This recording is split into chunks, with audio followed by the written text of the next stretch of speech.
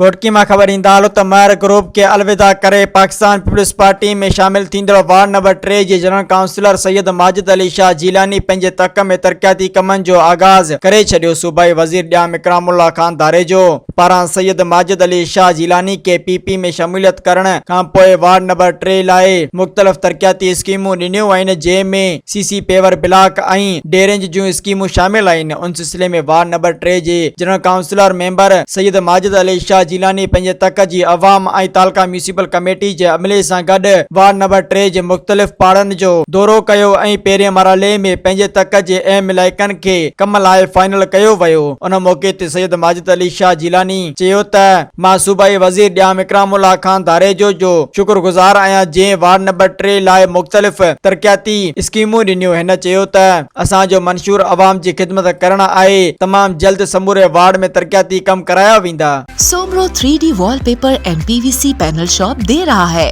सबसे अच्छी सर्विस, बेहतरीन क्वालिटी के आला मयार वॉलपेपर और सीलिंग खूबसूरत डिजाइन और कलर्स में दस्तयाब है। हर किस्म के PVC वॉलपेपर्स और सीलिंग लगवाने के लिए हमसे राब्ता करें।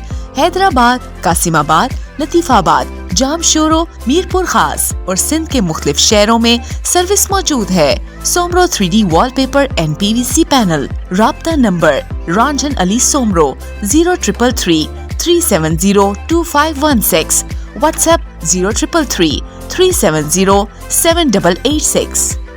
मज़ीद ख़बरनि ऐं तफ़सीलात लाइ विज़िट कयो असांजी वेबसाइट www.awamiNewsHD.com ऐं ॾिसंदा रहो अवामी न्यूज़ HD।